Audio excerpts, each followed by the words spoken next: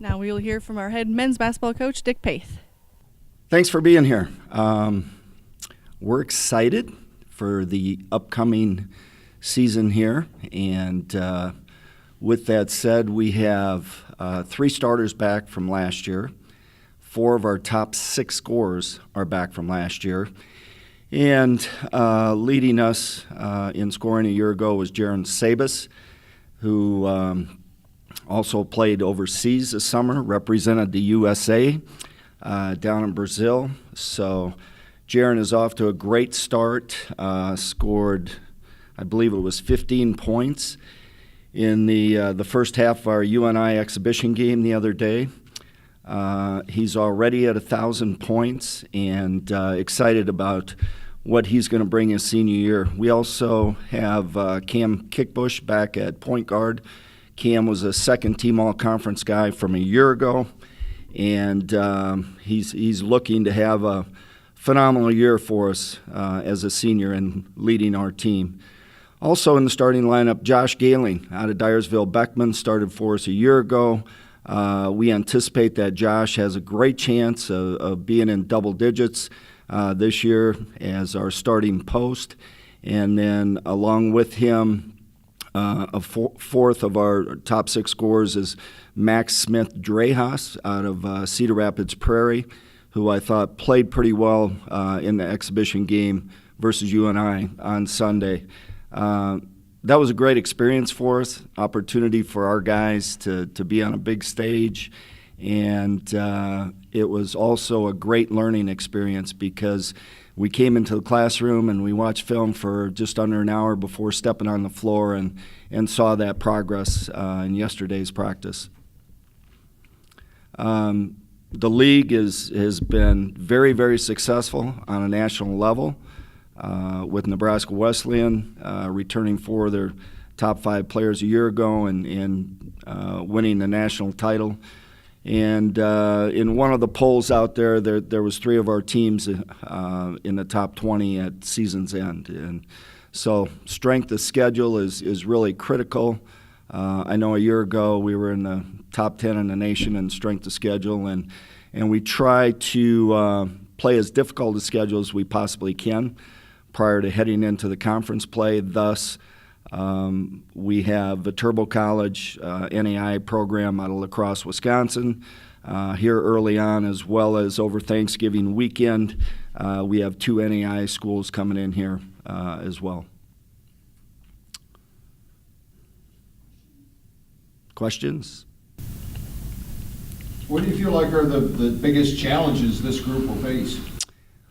I would say our biggest challenge is the fact that about half our guys are new, and so we're still in the crawling stages, if you will, infant stages with our philosophy, our base, and it's just taken a little bit longer to implement that than on a normal year when you have 4 or 5 newcomers.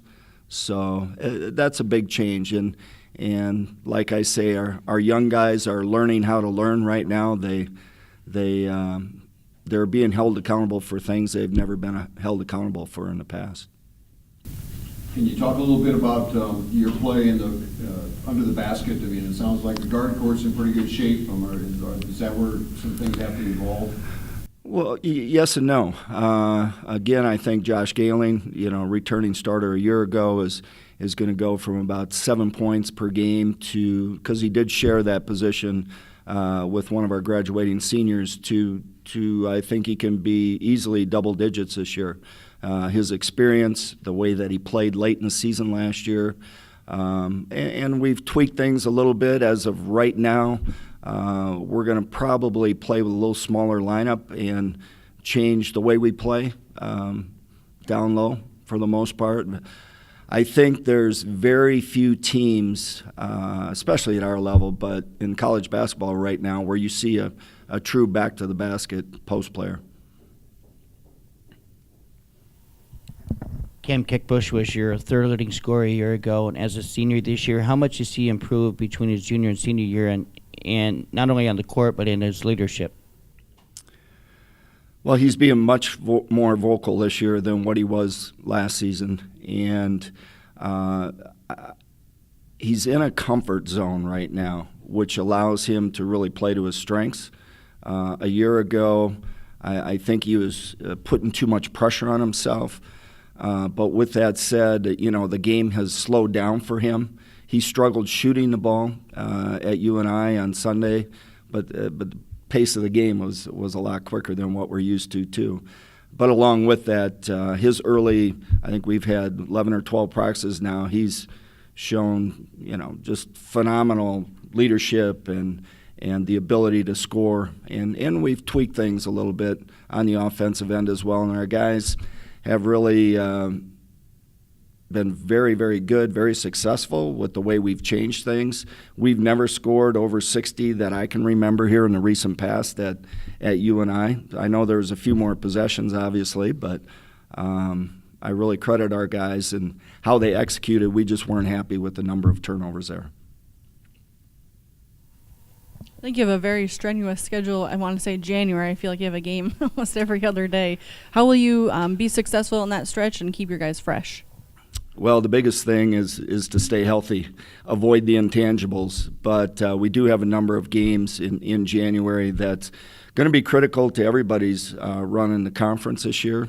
And depending on where those games are, the further you have to travel, the more strenuous it is when you have to turn around and back it up a couple days later. So the big key again is avoiding the intangibles, but also developing 5 or 6 or 7 guys that can rotate in, and so we can pin our ears back and get after it and play with a lot of intensity.